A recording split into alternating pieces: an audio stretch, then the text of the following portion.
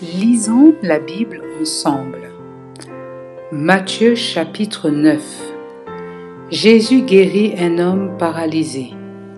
Jésus monta dans la barque, refit la traversée du lac et se rendit dans sa ville. Quelques personnes lui amenèrent un paralysé couché sur une civière. Quand Jésus vit leur foi, il dit au paralysé : « Courage, mon fils, tes péchés sont pardonnés. » Alors quelques maîtres de la loi se dirent en eux-mêmes : « Cet homme fait insulte à Dieu. » Jésus discerna ce qu'ils pensaient et dit : « Pourquoi avez-vous ces mauvaises pensées ?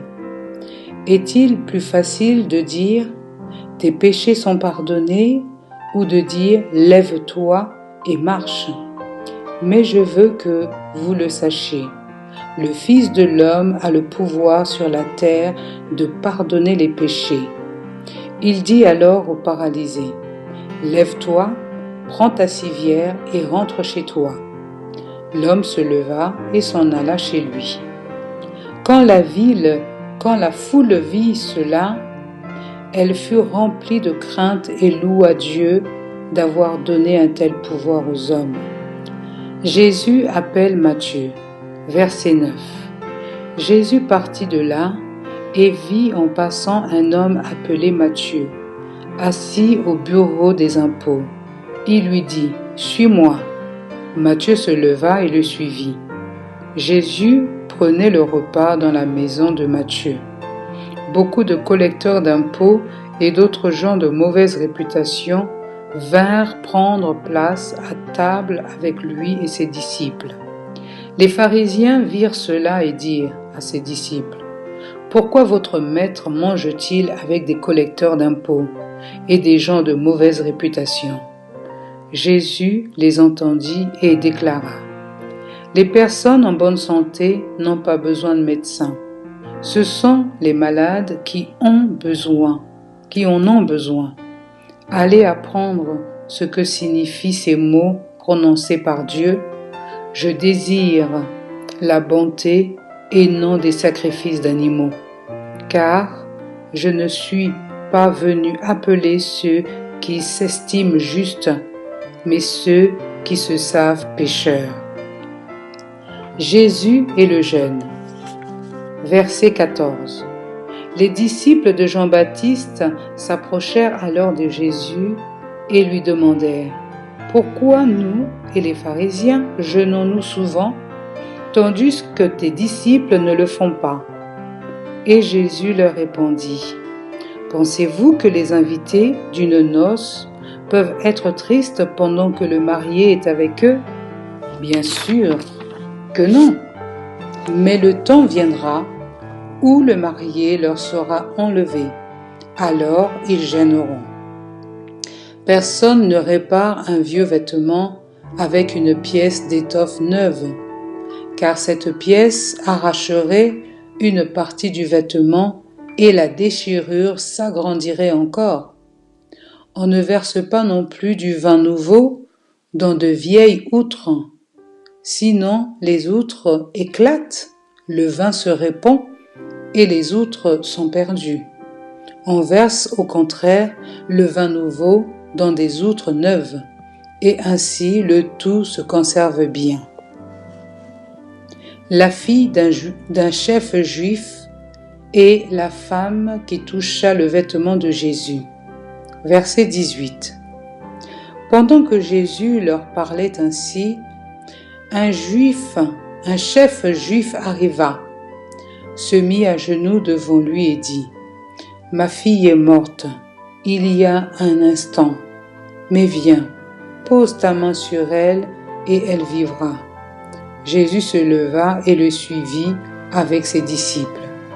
Une femme qui souffrait de perte de sang depuis 12 ans s'approcha alors de Jésus par derrière et toucha le bord de son vêtement, car elle se disait : « Si je peux seulement toucher son vêtement, je serai guérie. » Jésus se retourna, la vit et déclara : « Courage, ma fille, ta foi t'a guéri. Et à ce moment même, la femme fut guérie. Jésus arriva à la maison du chef. Quand il vit les musiciens prêts pour l'enterrer et la foule qui s'agitait bruyamment, il dit « Sortez d'ici, car la fillette n'est pas morte, elle dort. » Mais ils se moquèrent de lui. Quand on eut mis la foule dehors, Jésus entra dans la chambre, il prit la fillette par la main et elle se leva. La nouvelle se répandit dans toute cette région. Jésus guérit 2 aveugles. Chapitre 27. Au moment où Jésus partit de là, 2 aveugles se mirent à le suivre en criant « Aie pitié de nous, fils de David !» Quand Jésus fut arrivé à la maison, les aveugles s'approchèrent de lui et il lui demanda « Croyez-vous que je peux faire cela ?» Ils lui répondirent « Oui, maître !»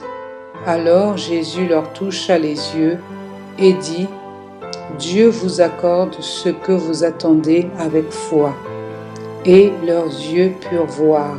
Jésus leur parla avec sévérité.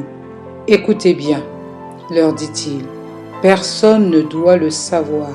Allez !» Mais ils s'en allèrent parler de Jésus dans toute cette région. Jésus guérit un homme muet. Verset 32. Alors qu'il s'en allait, on amena à Jésus un homme qui était muet parce qu'il était possédé d'un esprit mauvais. Dès que Jésus eut chassé cet esprit, le muet se mit à parler. Dans la foule, tous étaient remplis d'étonnement et disaient « On n'a jamais rien vu de pareil en Israël. » Mais les pharisiens affirmaient « C'est le chef des esprits mauvais qui lui donne le pouvoir de chasser ces esprits. » Jésus a pitié des foules. Verset 35. Jésus parcourait villes et villages. Il enseignait dans leurs synagogues, prêchait la bonne nouvelle du royaume et guérissait toutes les maladies et toutes les infirmités. Son cœur fut rempli de pitié pour les foules qu'il voyait, car ces gens étaient fatigués et découragés, comme un troupeau qui n'a pas de berger. Il dit alors à ses disciples, « La moisson à faire est grande, mais il y a peu d'ouvriers pour cela. Priez donc le propriétaire de la moisson d'envoyer davantage d'ouvriers pour la faire. » Amen.